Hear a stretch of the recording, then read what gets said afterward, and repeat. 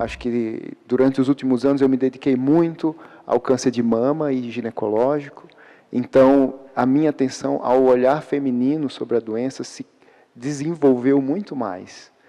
E, olha, milhares de mulheres eu atendi nesses mais de uma década de atendimento, 3 anos da residência, mais pelo menos 12 anos de oncologia. Então, quase 15 anos atendendo dezenas de pacientes todos os dias, multiplicados por 10 anos. Então, foram milhares de pessoas com milhares de histórias. Então, eu fiquei pensando, ora, inicialmente eu pensei de passar a visão do médico para vocês. Muitas vezes a gente fica pensando, ora, o que passa na cabeça do médico? Minha gente, o câncer não é uma única doença. É como você dizer que infecção é uma doença. Você acha que uma infecção de garganta é igual a uma infecção intestinal, uma diarreia? São doenças diferentes.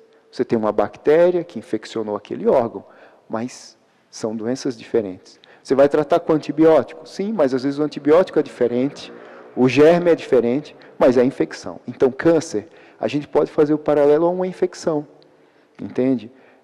E se você tem um câncer de pele, é completamente diferente de uma leucemia, de um câncer de mama, um câncer de próstata ou do intestino. Não tem nada a ver, são doenças diferentes.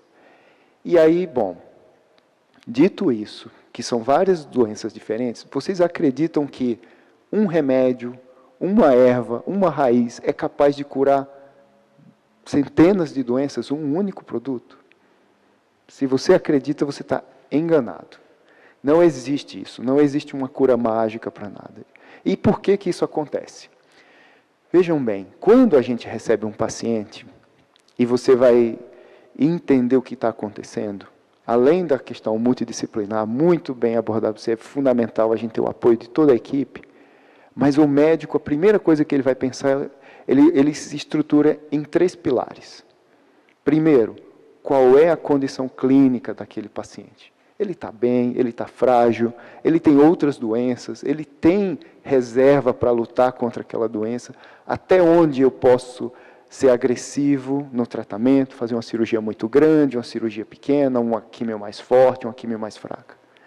Isso a gente, então, como que está o paciente? Primeira pergunta. Segunda pergunta, que tipo de célula compõe aquele câncer? Entende? Existem, às vezes, células que são mais agressivas, existem células que são mais boazinhas, digamos assim. Então, as duas você vai lá, às vezes tem um nome lá, carcinoma. Existe uma lesão de pele induzida pelo sol, muito comum no Paraná, que é o carcinoma basocelular, sabe? Que é umas lesõezinhas de pele, geralmente dá no rosto, nos dorsos das mãos, todas as áreas que a gente toma sol ao longo da vida, geralmente surge por volta dos 60 anos. Isso aí não tem problema. Você vai ressecar, faz uma pequena cirurgia, como tirar uma pinta e acompanhamento. Entende? E tem lá a palavra carcinoma, assusta muita gente, vem todo mundo desesperado, e esse é o câncer mais frequente no Brasil. É o câncer de pele induzido pelo sol. Entende? Então, e ele não tem muita importância clínica porque ele é tratável, é simples, e a melhor forma de tratar, inclusive, era prevenir ele.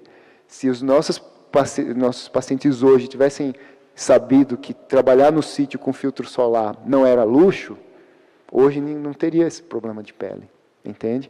E a gente hoje deve usar filtro solar para não acontecer isso com a gente quando a gente estiver daqui algumas décadas à frente. Então, lembrem bem, então a primeira coisa é ver como que o paciente está. O médico olha assim, esse paciente é forte, ele aguenta um tratamento. Vamos ver que tipo de célula que é. É uma célula agressiva ou não? E a terceira coisa que o médico faz é saber a extensão da doença. Né? Muitas pessoas perguntam, qual é o grau desse câncer? Não sei se vocês já ouviram essas expressões. Na verdade, o grau quer dizer assim, é a extensão. Comumente, as pessoas dizem assim, se ele já enraizou. É uma expressão muito frequente. Na verdade, a gente quer saber se a lesão está bem no início ou se ela está avançada. Se ela está bem no início, logicamente, é mais fácil de resolver. Está bem localizada, fica muito mais tranquilo. E nessa questão de avaliar a extensão, a gente faz uma série de exames, e baseado naquela célula, a gente sabe, olha, ele pode ter risco de espalhar para as ínguas do corpo, pode espalhar para o pulmão, ele pode afetar outros órgãos específicos, como o osso, e então o médico pede os exames para fazer essa varredura no corpo. É o estadiamento que a gente fala. E aí a gente sabe. Então, quando a gente fala que enraizou, que está mais avançado, é quando o tumor saiu de um lugar e foi para outros órgãos à distância, que a gente chama isso de metástase, certo? Bom, e aí você pode pensar, poxa vida, então é uma doença que tem esse risco de espalhar, e geralmente o paciente tem dois medos. O primeiro medo é quando vai pegar o resultado da biópsia. E o segundo medo é quando vai pegar o resultado dos exames do estadiamento, para saber como é que está o pulmão, o fígado, os outros órgãos à distância. Chega apavorado na nossa frente, entende? E aí você vai analisar os exames e vai explicar ao paciente qual é a situação dele. Dependendo dessas três características, você vai definir o melhor tratamento para o paciente. Pode começar com cirurgia, pode começar com químio, pode fazer radioterapia. Cada tratamento tem um especialista. Aí vem o segundo cuidado. À medida que a medicina evolui, hoje a gente tem especialistas em cada área, e o melhor cuidado para o paciente realmente se dá na hora que você tem um centro com todos os especialistas. Aí você fica pensando, você está falando assim, mas o SUS é muito complicado. Pelo contrário, no SUS é onde, de repente, a gente tem mais vantagem.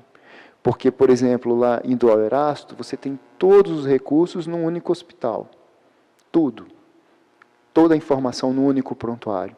O paciente, às vezes, que vai tratar em plano de saúde, ele consulta um cirurgião aqui num bairro, vai operar num outro hospital, em outro bairro, depois faz a químio com um oncologista clínico numa outra clínica, no outro bairro, vai fazer a radioterapia no outro hospital, e de repente ele precisa de um atendimento de emergência, vai num pronto-socorro que não tem nada a ver com nenhum desses 5.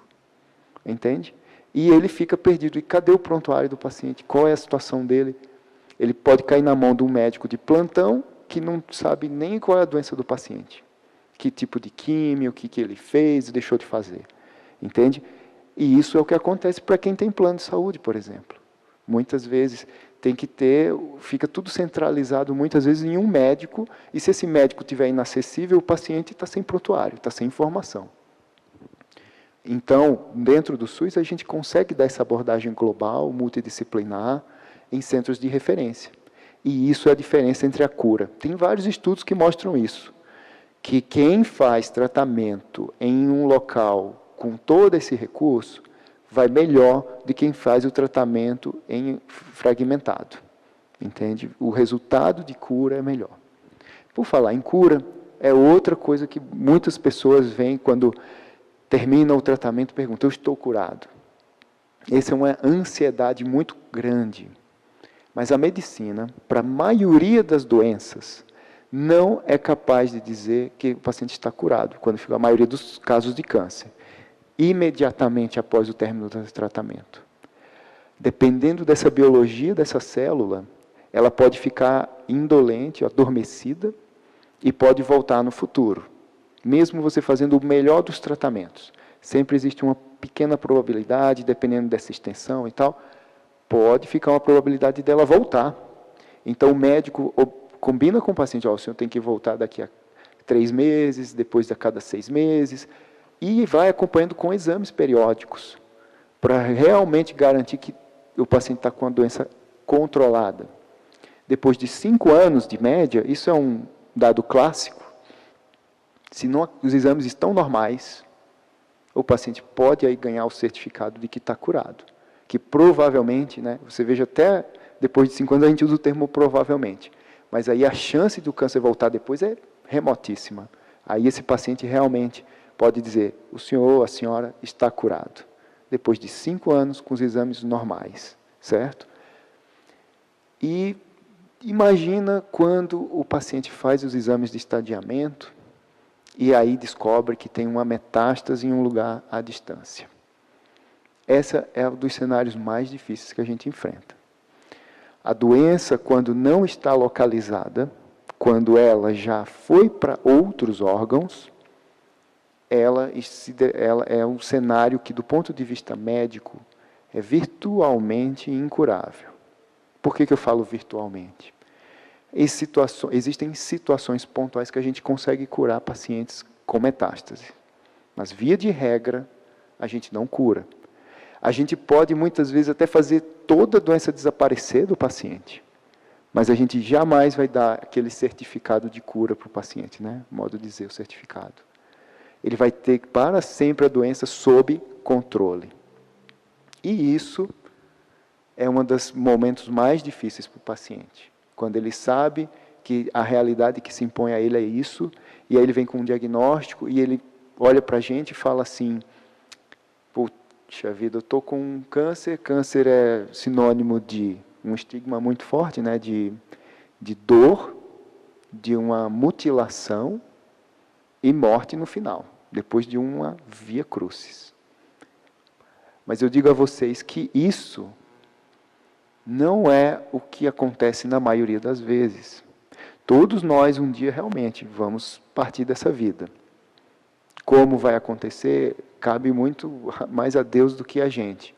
Mas eu digo a vocês que, dependendo da forma com que a gente cuida, que a gente faz o diagnóstico, que a gente acompanha, a gente garante realmente que o paciente, primeiro, ele vai ter a melhor jornada possível de tratamento, e, no fim, a gente vai ter sucesso em muitos dos casos.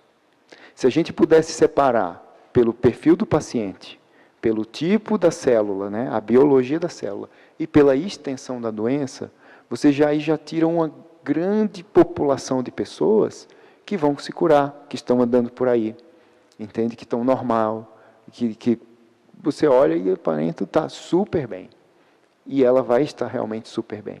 Então, eu acho que uma mensagem muito importante é saber assim, não existe uma cura milagrosa, a cura demanda trabalho, dedicação de uma equipe muito grande, de vários profissionais.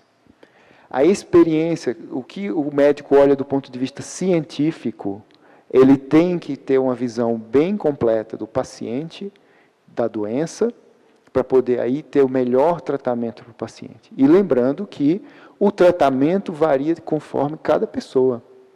Cada pessoa. Essa experiência toda, do ponto de vista científico, é o que o médico passa na cabeça dele, tecnicamente falando. Mas eu queria finalizar minha fala lembrando que o médico também é outro ser humano, né? E a gente, por mais que se esforce do ponto de vista técnico, a gente carrega o nosso lado humano na ponta do dedo na hora que você vai preparar o tratamento, ou que você vai operar o paciente. E o lado humano pesa muito na nossa decisão. E eu digo a vocês que a maioria dos meus colegas que lidam com essa doença se esforçam todos os dias para fazer o melhor de si, usam o melhor de sua intenção para garantir a cura e o melhor resultado para o paciente. Nem sempre a medicina ela é clara, nem sempre o conhecimento médico, científico é objetivo e vocês sabem o exemplo do ovo, né? Por exemplo, o ovo tem época que faz mal, tem época que faz bem. Imagine na oncologia. O conhecimento médico é imperfeito. E a gente tem que trabalhar com essa imperfeição para acertar para o paciente que está na nossa frente. Então, eu digo a vocês que a mensagem mais importante toda da experiência de cuidar da pessoa é você também, além do lado técnico bem preparado, é você sempre carregar dentro do coração a projeção de que a pessoa que está na sua frente é uma pessoa querida.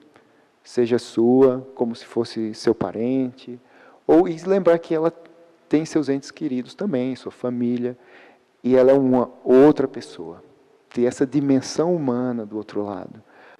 Porque ela não toleraria, porque a família tem condições que não suportariam aquele tratamento, e no fim seria pior para ela. Isso acontece.